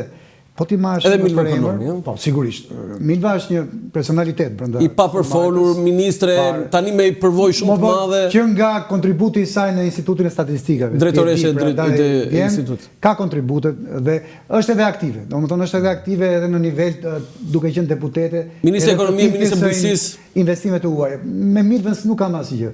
Tek emrat poshtë Milvës shikoj diçka që nuk janë emra të zgjedhur rastësisht. Pra janë që kanë një jo, personalisht jo, kam pyetur për të ditur se çfarë profesion njëri ose tjetri, vinë o nga bota akademike, siç e përmendim me të drejtë bekimi, pra kanë një pedigri, kanë një ngarkesë të aktivitetit të tyre, nuk janë hiç nuk janë futur aty thjesht për numër dhe për faktin që e kanë për herë të parë. Pra kanë diçka për t'i dhënë deputet ligut, se tu flitet çfarë do të bësh pastaj kur të futesh. Dhe njëkohësisht duke qenë shumë të ri, të panjohur në politikë, Landi, Po? është një armat shumë besnike ndaj liderit, ndaj njëshit që i futi. Pra, ti kanë si thua atë. Jo, flasim konkretisht, ja lista e hapur. Etleva Budini, Entela Hoxha, Ani Dymishi, Edvin Prençe, Edmond Rushi, Jona Usmani, Dorina Laçi, Indrit Gjoka, Erion Gjili, Gentian Hila, Arkend Balla, Alban Xhelili, Erion Meka, Ilir Ndraxhi. Unë s'jam asnjë. Po të marr një emër që e njoh. Alban Xhelili është deputet. Edvin Prençe, Vinin. Po. Më falë. Të kërkoj ndjes, mund të jetë edhe konflikti interesi, unë kam mik personal, po sepse ai është sipërmarrës, një nga të radhët. Pra se ti the asnjë më. Dakor, po ky nuk është se është, domethënë, landlord e latifondiste që i ka milionat. Ky edhe ato qindra mijëra euro që mund t'i ketë i ka të fituara me direkt. Pse? Sepse është në një fabrikë në Durrës të fasonit. Por më tej se sa fabrika, sepse ka 500 të tillë si Edvini, çfarë ka ky? Ky ka ditur të bëjë lobim për çfarë? Për një strukturë të fasonistëve që quhet shoqata e tyre. Nuk po e them emrin se do të duket sikur për të po i bëj. Mos është që del shpesh në të. Eksakt. Pra është ti po. Ti e di, sepse është krau i ekonomisë. Po tani e bëra lidhjen. Po e prandaj edhe gjithë të tjerët fiton në Durrës nifet. Është djalë Durrësi është shumë i veçantë. Durrësi në të kërkojnë ndjes nuk ka dot me siguri për asnjë gjë. Për mua dy qarqet më të vështira për Partinë Socialiste. Këtë vit është Durrësi dhe Lezhë. Megjithatë nuk kemi profile politike. Jo. Aurora Marën, për shembull, që është në listën e mbyllur. Aurora Mara vjen nga deputeti im, deputeti që duam, më kupton, në 2021 u bërë deputete, është aktualisht deputete e parlamentit dhe ka kryer një profil politik tani. Jo, ndoshta zoti Rama do të tregojë edhe këtë për t'u dhënë garanci politikën online. Po pra, politikës online për t'i dhënë garanci edhe atyre që do të kandidojnë në platformën deputeti, për të thënë që nuk ju nxjerr jashtë. Me një gur vret trezor. Megjithatë mua më pëlqeu kjo që vlerëson zoti Rama edhe vlerat e zonjave për shembull si Klodiana Spajeu. E ka konstante atë. E pa përfolur, punëtore. Mund ta kishin atë sa duash, po kapelen Cezar Rama ishte i detyruar në këtë zgjedhje që ta bënte një gjë të tillë, pasi duhet sa antar të Partisë Socialiste, të deputetë të Partisë Socialiste, të kabinetit qeveritar të zotit Rama sot janë o në prapa hekur. Po kërkon të ndershmit. Ama edhe Durrësi, shiko. Kjo është edhe Durrësi është me akulpa, mos e harrojmë. Durrësi ka numrin më të madh. Po është merit edhe Sakos? O prapa hekurove, është merit e Sakos kjo përzgjedhje? Patjetër që është edhe merit e Mirjana Sakos, e kryetares bashkisë është drejtuesi i qartë. Pavarësisht se duhet thënë që ka një pikë pyetje te pjesa e zonjës Sakos, sepse njihet si krau i djathtë i zotit Dako. Të doja të thoj edhe unë. I kujt? Dakos. Po mi bë, krau i djathtë, ajo ka qenë aty, sepse ka qenë kryetari i bashkisë. Po pra, po është edhe gjithmonë ka qenë mbështetur, do është mbështetur nga Dako. Po është mbështetur, po ajo nuk është. Jo, ta themi të vërtetën ashtu siç është. Unë më bëhet qefi që Bekimi e solli këtë si argument Landi dashur. E para punës, Durrësi ka jetuar në hijen e kryetarit të bashkisë që për 3 mandate rresht e ka qeverisur. Zoti Sako ka qenë një njeri i tillë që bënte shumë derë, ishte shumë i hapur, shumë në të kujtohet, ndoshta pas Ramës sot, ishte i vet Dako, jo Sako, të kërkojmë ndjes, Dako, Gjushi me fjalë, Gjushi, që njihet në Durrësakë, dhe jo vetëm. Ja hapte celularin çdo kujt. Së bashku me Ramën mburen në të kujtohet atëherë. Pra, ky është një rreth që për shkak edhe të zgjedhjeve të zotit Dako, ka vuajtur Shqipëria komplet me njerëzit pastaj problematik që solli Rama. Qoftë në Rama në fund e solli, pavarësisht se mori përshpërimin apo telefonatën e Dakos. Kështu që të themi gjëra siç janë. Me këta njerëz të ri po përpiqet si të largohet një çik nga çfarë? Nga emrat e tjerë, pavarësisht se unë të solla një njeri po të biznesit të mesëm, të biznesit të lartë që kishte sjell Dako, të largohet nga emrat problematik me drejtësinë. Pastrimi. Që pastaj po të fillojë. Kjo është listë e pastri, duke thënë. Kjo është një provë për të pastruar listën e kandidatëve të Durrësit në gjykimin tim. Bekimi dha një fakt. Është Klodiana Spajeu pikërisht sepse është e ndershme dhe ka figurën e saj të pastër, pa përfolur, për të pastruar listën e Durrësit. Nuk ka një certifikat të situash të Tani Partia Demokratike e Durrësit, pjesëmarrjes në punët e gjushit. Flasim ndryshe. Tani ju lutem regjia Partia Demokratike e Durrësit që ta diskutojmë edhe listën e Partia Demokratike niset me Oert Bilikbashin në listën e Durrësit dhe më pas Gens Strazimirin. Gens Strazimiri është rikthim në le të themi në jetën parlamentare të paktën referuar kësaj liste, edhe për gjithë ato çfarë zoti Strazimiri ka dhënë për Partinë Demokratike. Çka ka dhënë më çuditë? Jo, në Partinë Demokratike ka kontributet e tij Gens Strazimiri dhe mbi të gjitha në qendrim një sekond. Tani të thuash për Oert Bilikbashin që edhe ligjin e dekriminalizimit është ai autor, jo Lulzi Bashi. Okej, po tani Gens Strazimiri çka ka më burr? Në Partinë Demokratike, në strukturat e Partisë Demokratike, Gens Strazimiri ka meritat e veta. Çfarë? Po flasim në Partinë Demokratike, si me antarësinë, si me Durrësin, sepse ke një emër aty Glicara, Bekim. Pikërisht, prandaj. Si prandaj? Po tani ai dyti, ai pesti. Nuk është shumë e thënë kjo megjithëse renditja në fakt deri diku ka të bëjë për shkak se nëse nuk arrin. Po ka lista e mbyllur. Lista e mbyllur. Lista e mbyllur luan. Tani Glicara që merr më shumë vota dhe ne i themi ka kontribute Gens Strazimiri tani. Më falni. Do të flasim kthim borxhi për Gens Strazimirin që u la jashtë nga Basha. Po shumë borxhe po tash. Po dale tani dorë borxhin kur tani. Vetëm duke shlyer borxhet. Ore pas ka zën PD aty ore. Se rri atje mbulon PD-n e ka zën PD. Nuk është shumë ambar që të lash borxhin. Kjo si duket zoti Berisha po mban të tjetë për 2 vjet e thash. A e tha menaxhimi i humbjes. Tani te lista e hapur? Në lista hapur këtu pastaj ka shumë personalitete që me vërtet vlen për të përmendur. Mund ta zmadhojmë pak ju lutem?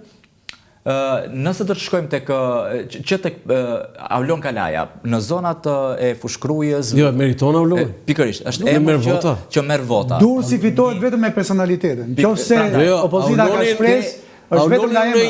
Unë e njoh shumë mirë vetë sepse e kam pasur dhe student, po edhe gazetar te Ora News dhe është një djalë i talentuar, gazetar, i guximtar, qytetar dhe ka kurajo që të bëj beteja. Dhe ai unë jam i bindur që Aulon Kalaja do marrë vota.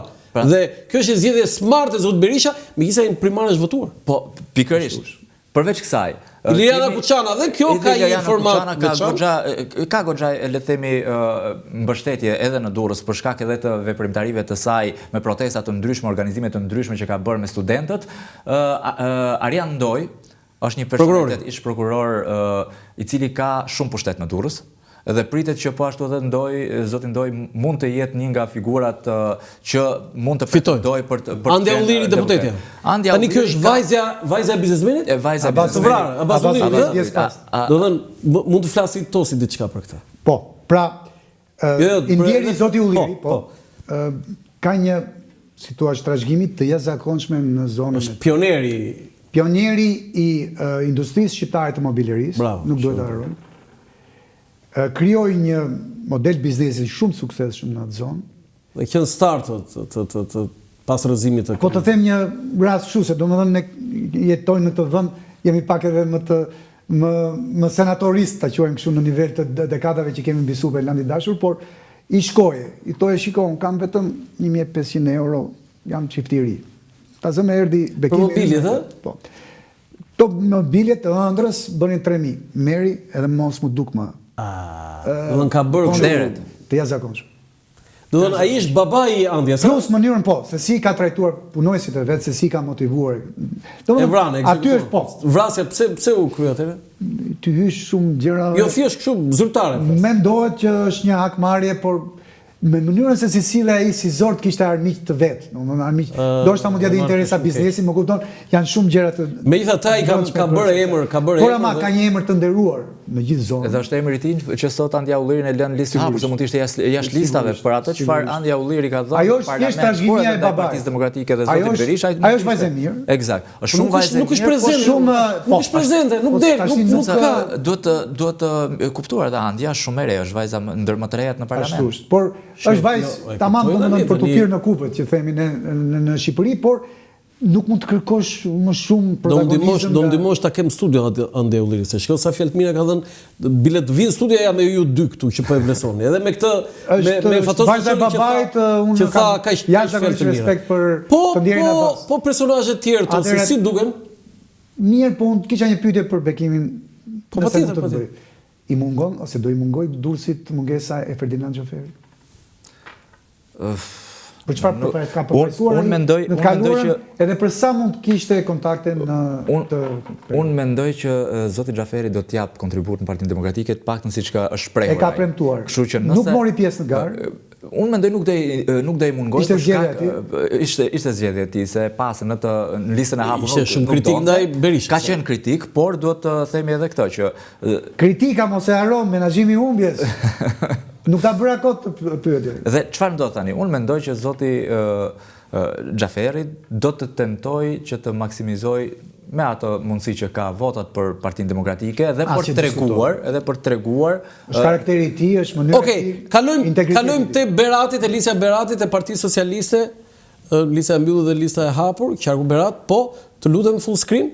Dy emra në listën e mbyllur, Ervin Demo, kryetari i bashkisë që dha dorëheqjen dhe drejtuesi i Qarkut. Enriketa Jao, për gjithë ata që nuk e dinë, është një doktoresh, një zonjë nderuar e Spitalit Ushtarak, Spitalit të Traumës që është zyrtarisht, është kunata e Ermonela Jahos, sopranës së famshme, pra bashorti i Enriketës, edhe ai një doktor i nderuar, Fatos Jao, është vllai i Ermonela Jahos. Sigurisht që nuk ka lidhje me të qenit që ajo është soprano, por lidhja ekziston në dy element. Një, Enriketa Jao është mbesa e Ajlia Lushanit, ministrit dhe deputetit të shëndetësisë, ministri i shëndetësisë, sepse Enriketa mbi emrin e vajzërisë e ka Alushani, është vajzë lindur rritur në Çorovod dhe arsimuar, ka dalë me rezultate shumë të mira në mjekësi dhe është doktoresh. Por dhe bashortit Fatos Jao është një familje shumë e njohur dhe shumë e madhe në Skrapar dhe ai ka po jo është një gjetje, jo është gjetje fantastike. Alia Ilushani është një nga personazhet më të pastra, ti e di, më idealiste të lëvizjes së dhjetorit. Edhe pse ishte me Partinë Socialiste. Edhe pse ishte me Partinë. Partinë e punës më. Deputeti i Partisë Punës. Ti e di fare mirë. Po. Prandaj bëri shumë mirë që dhe jo do thosha që ajo që bie në sy është nuk është Nasip Naço. Do të Nasip Naço e ka zëvendësuar me Enriketa Jao. U largua vet. Por u largua vet sepse mund të ishte te lista e hapur. Po pritani se ka diçka aty. Enriketa Nasip Naço mendohej që ishte ai që kishte një këmbë në Berat dhe një këmbë në Skrapar. Vet bashorten nga Berati ortodokse, që aty njët, dhe kishte punuar prokuror në Berat. Në Skrapar e kishte zonën vet. Ndërsa Enriketa Jao, Alushani Jao, ka një specifik që të dy familjet, edhe të vetën, edhe të bashortit, janë familjet mëdha me emër dhe ka një reputacion në Skrapar. Por nga atje, duke qenë doktoresh, ajo mbulonte gjithë, do të thonë se pacientë, doktorët janë si politikanë, do të thonë si gazetarë, në kuptimin që kanë kontakte me njerëzit dhe këtu është një pikë shumë e fortë që është zbulim, ndoshta, jo zbulim, po edhe i Ervin Demos, po edhe i zotit Rama. Ndërkohë, për të tjerë, tosi, ke emra aty që ti njeh, ja të lutem full screen se nuk i kë? Fadil Nasufi është një. Po Fadil Nasufi është në listën e hapur. Mund të fitoj? Mund të fitoj, ka goxha mbështetje në qark, kështu që mendoj që Fadil Nasufi mund të jetë një nga kandidatët e Partisë Socialiste që mund të kalojë, le të them. Ishim po tregoj një histori të bukur me Fadil Nasufi, ishim në një ambient festiv, kështu dhe ponderoi Alfred Mojsiu, presidenti. Ky burr këtu tha, është nga ata tha që ja ka dalë tha dy politikanë më problematik që ka pas Shqipëria, tha Sali Berisha dhe Fatos Tano. Dhe Fatyrë Diu që u gjet aty tha, prit tha se s'kem me këtë tretin ti tha. S'ke par këtë tretin ti. I treti e la në listë hapur. Kemi qeshur me lot. S'ke par këtë tretin ti tha. Dhe Fadil Nasifi është në listë hapur. E la në listë hapur. E la në listë hapur pra. E pa se s'ke par këtë tretin.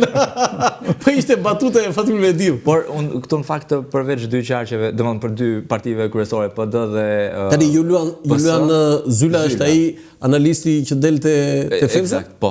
Në media të ndryshme. Del, jo vetëm te Fevza. Po ai është. Po ai është analisti. Paska punuar fort për këtë ditë, domethënë. Jo vetëm ai, janë shumë që kanë dalë si analist që kanë mbajtë. Po jo gazetar. Asi gazetar ashtu është. Se mund të themi Iris Luara, jo Iris është tjetër, por shiko, është një format tjetër. Format drejt, nuk është. Ajo ka kontribute gazetarie e ditës. Ajo ka kontribute, madje Irisi është, nuk e di ai njëni, është profesoresi shefi departamentit, por themeluesi e radios të parë private në Shqipëri, Radio Ime Dhe kur në 97 e ka bërë Irisi me bashkëshortin vetë, Shumë e drejtë. sepse janë gjëra që i harrojnë njerëzit. Jo. Kujtohet Tosi? Më Radio Ime? kujtohet shumë mirë, Radio Ime. Radio Ime në 97 atje. Patjetër. Kështu që Berati them që do të prapë emra të rinj quhen, ëh? Janë emra të rinj, pavarësisht gjitha, por patjetër që do të orientohesh Ka ndikim, edhe Ardian Islami ka goxha ndikim në qarkun e Beratit. Tani ne nesër mbarojmë po ti vazhdojmë. Fiset më të njohura. Tani po listën e PD-s, para se të shkojmë te lista e PD-s, në fakt më ka bërë shumë përqeshur një fakt te lista e Nisma Shqipëria bëhet për Beratin. Po? Kush është i pari në listë? Babaj. I Adriati Klapaj. Se më shpëtonte mua ajo. Do të thënë vetë në Tiranë, babai. Por mendoj që është zgjedhje e Klapajt për çfarë, sepse ai është shprehur. Të paktën deri këtë momentin nuk kemi parë ende që gjithë ata që janë listë mbyllur, në listë sigurt, do të dorëhiqen. Pra është një listë fiktive. Kështu që ndoshta e ka vënë aty për të qenë fiktivisht dhe për të dorëhequr më pas që të jetë e gjithë kandidatët vetëm në listë. Okej, lista e PD-s dhe ndoshta me këtë do ta mbyllim, sepse s'kemi minutazh. Po Tosi Eno Boza që diskuton, është vërtet një personalitet i sotëm. Dhe Bozat janë nga Berati? Nuk e di. Sepse babai i Enos, profesor i nderuar, Shpim Bozdo, profesor matematike nga e ke njohur besoj. E kam njohur. Po nuk e di origjinën e ka nga Berati apo jo? Unë di nga Durrësi të gënjej, megjithatë mbase kanë ndonjë damar. Por profesor kanë edhe damare, no? Po profesor, mund të ketë lidhje. Mund të ketë lidhje, por as i pa diskutueshëm si thua në Po jo, peshë madhe specifike politike në Bozo? Jo, nuk ka. Peshë specifike prandaj është lista e mbyllur dhe lista shumë vështirë ka. Por ka në listë të hapur, për shembull si Lefter Maliqi. Për shumë pak e humbi mandatin e kryebashkiakut. Janë tjera, nuk është e njëjta situatë. Por ai gjithmonë ka luftuar për vota personale.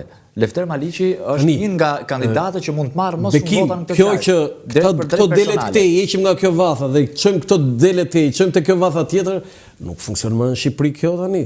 Lefter Maliqi, nëse do votojnë thjesht për atë natyrë që ai ka.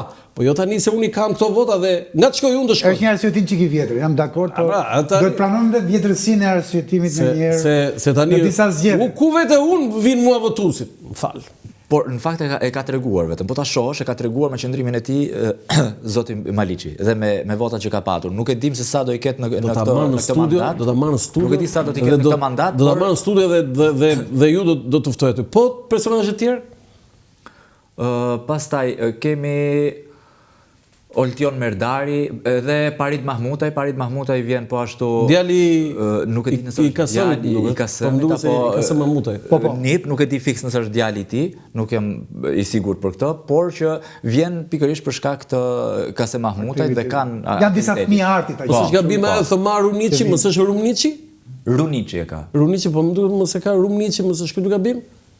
Se Berat ka Rumniçi po. Është mbi emër. Është familje e njohur, i njohur shumë. Nga më të njohur madje Berat. Prandaj thosh mos është gabim. Rumniçi gjitha janë. Është më së Rumniçi. Megjithatë emra me profil të lartë politik PD-n Berat nuk ka. Jo. Dhe vetëm Lefter Maliqi kjo është në listën e hapur po. Çfarë mua më vjen keq, sinqerisht, se kisha pritur më shumë profil, jo vetëm për Beratin. Shoh edhe në disa qarqe të tjera. Po tani se pak minuta kemi, një për ta mbyllur se këto kishim mundësi në hapësirën tonë. Atëherë le të themi një herë Landi prurjet pozitive nga të dyja listat. Qoftë të hapura, qoftë të mbyllura të dy partive kryesore. Sikurse e përmendëm, ka më pak biznesmenë, është shumë më mirë për politikën tonë, të jetë më pak e varur. Edhe pse jam dakord me Bekinin kur thotë që politikanët biznesmenë, përfaqësuesit e biznesmenëve i kanë ambasadorët e tyre, por me ambasadorin nuk është njësoj si me vetë biznesmen. Thjesht vetë. Kështu që nuk do jetë një një pyetje direkte. Kush fiton me këto listë? Kam frikë se PS-ja. Pse them kam frikë? Sepse do ishte mandati i katërt. Është i frikshëm? Është i frikshëm llogaritet që janë bërë. Pra, e para kanë marrë shumë nga deputeti online. Çfarë do të thotë online? Mos haro, Landi, nuk jemi më në kohën e zgjedhjeve të para 2 dekadave. Shumë gjëra kanë bënë me portalet. Shumë gjëra në nivel të opinionit të qytetarit të thjeshtë kanë bënë me mënyrën se si e merrin informacionin sot. Pra, ajo qasje unë do të kisha pritur të them drejtën, po të kisha ndonjë mundësi të këshilloja, sepse të gjithë e duam ndryshimin. E duam shpresën që jep opozita. Po kjo është një opozitë me një shpresë gati të vdekur. më vjen shumë keq që e them këtë fjalë. Opozita e vuaj nga vetë. Sot nuk do ta thosh për këtë votosh, po kur të ftoj në kur të ftoj në 9 maj, do ta thosh voton. Se e ke thënë në zgjedhjet e. Ke ty e them gjithë. Ke ty e them gjithë. Nuk ka njëri tjetër që të më dali përpara të më kërkoj se ku do votoj për ty po. Pra, e kam fjalën këtu që Landi shikoj shumë pak shpresë ke opozita kryesore e vendit tim. Pavarësisht të koalicionit, pavarësisht se ato pruret e tjera janë sa për formë dhe sa për numër, ne e dim për fat keq. Dhe shikoj shumë pak personalitete që të arrin të provojnë ta balancojnë këtë hegemoni të kësaj partie. Dhe aq më tepër kur në këtë bisedë nderuar përpara zotit Bekim, sepse sinqerisht e kemi për herë të parë apo jo Bekim, edhe në rrugë po të shikoshim nuk do të arrinim dot të përshëndeteshim. Kaq pak njihemi me njëri tjetrin, por po të them këtë Landi, që me këtë strategji të menaxhimit të humbjes nuk di çfarë të them. Sepse opozita është gjithçka veçse të menaxhosh humbjen në garën e ardhshme. Duhet një opozitë shpresë për këtë. Nuk ke moral të paraqitesh si opozitë kryesore dhe të provosh të menaxhosh atë ndodhi më 12 maj. Si dhe mund nga 12 maj. Okej, për ta mbyllur ti, Bekim, analiza jote në mënyrë të përmbledhur? Unë mendoj që opozita, jo vetëm si Parti Demokratike, por opozita ndërsi ka një shans nëse mundet nëpërmjet edhe partive të reja për të thithur votat e elektoratit gri, por edhe votat të socialistëve të mërzitur nga 3 mandate radhazit të zotit Rama. Ka një mundësi të ardhë, do ishte shumë fitore për mua nëse opozita do të arrinte të merrte e gjitha së bashku 70 mandate dhe të mos e lejonte zotin Rama të bënte një gjë të tillë. Është e vështirë për shkak edhe të sistemit elektoral që ka vendi ynë, që i favorizon partitë e mëdha dhe i dëmton në mënyrë të eksplicite të gjitha partitë e vogla, përfshi këtu edhe zotin Lapa, i cili ka bërë një punë shumë të madhe edhe me diasporën. Si nuk ka gazetar Partia Demokratike? Në lista? Po. Po ndoshta sepse gazetarët kanë zgjedhur që ende të bëjnë punën e gazetarit dhe të informojnë më mirë edhe në mënyrë më të paanshme se sa të ishin pjesë. Më fal Landi se po ndërhyj në pyetjen, po thjesht me një koment nëse ma lejon.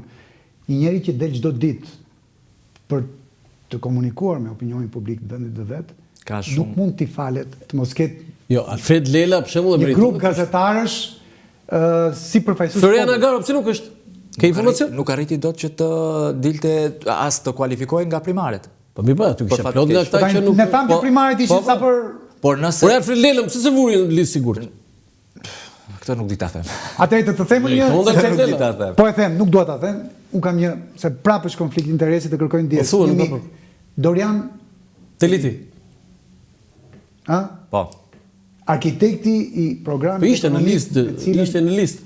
Po pra, është në të mbyllur. Të mbyllur kishe sa punë tjera. Ishte thash, duhe shpërblyer Klevis Balliu. Okej, kemi ardhur në fund të emisionit.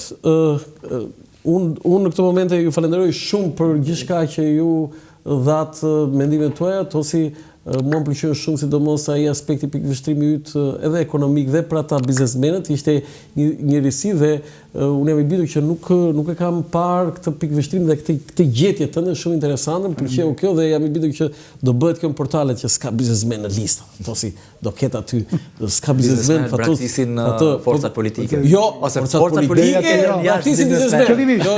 Kjo pra kjo. Dhe kjo ishte një gjetje mua më ka pëlqyer shumë kjo gjë. Unë do doja që edhe në emisionet tjera tosi do të kisha, sepse listat do analizohen, sepse personazhet do fillojnë edhe fushatën tani, se si do ta bëjnë fushatën ata, se mirë. Kemi gati 2 muaj që do.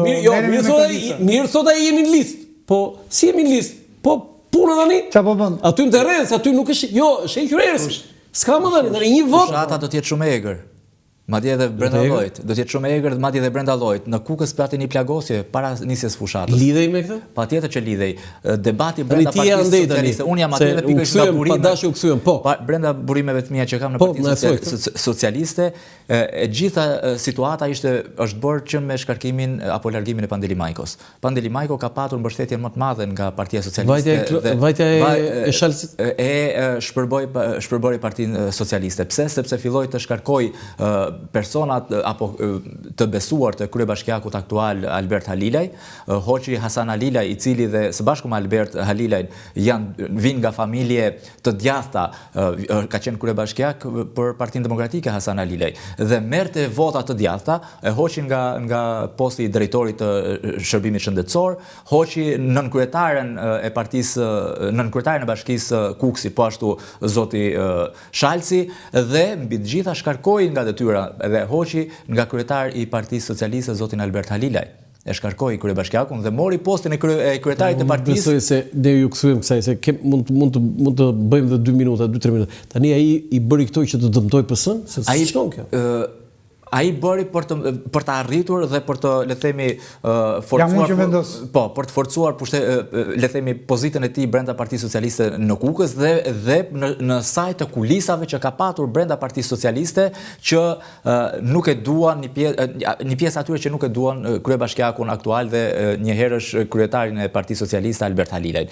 Kjo gjë shkaktoi gjithë këto trazira dhe për shkak të përplasjeve që kanë nisur edhe në grupet e brendshme të Partisë Socialiste, çoi edhe në plagosën që ndodhi. Urojmë që kjo egërsi sinqerisht. Do t'i thuaj që parashikon lufta e brendshme është me keqe se sa kjo lufta midis dy kampeve politike. Unë nëse nuk lufta brendallore, po vetëm kaq, lufta brendallorit nëse do të referohemi edhe një herë Kuksit, nëse nuk do të shushatet gjithë kjo luftë që është bërë, unë po guxoj të them që në Kukës ndoshta Partia Socialiste do të marrë mandat. Nëse do të vijojë me këtë situatë që ndodhet. Deklaratë fort ke bërë. Nëse Partia Socialiste do të vijojë, se ti je shumicë je vetë andej. Pikërisht kjo është dhe duke ditur se ju nga jeni Bekim? Unë jam nga fshati i Kuksit.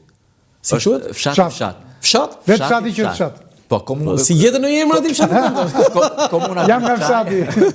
Komuna Grykçaj, dhe mund të them që për shkak të zotit Halilaj, por edhe personaliteteve të tjera që kanë ardhur nga djathta në Partinë Socialiste. Kanë reputacion. Eksakt, janë të djathtë, kanë reputacion në partinë në gjithë qarkun e Kuksit. Nëse nuk do të shushaten të gjithë ky debat që ka nisur brenda Partisë Socialiste, rrezikojnë të mos marrë dhe mandatin. Unë jam dakord, heqja e Majkës. Okej.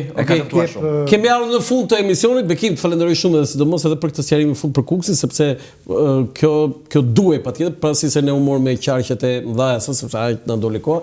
Tosi të falenderoj edhe. Faleminderit. Të nderuar teleshikues, ky ishte emisioni i përsot nga Ura Lançafoku, mirupafshim.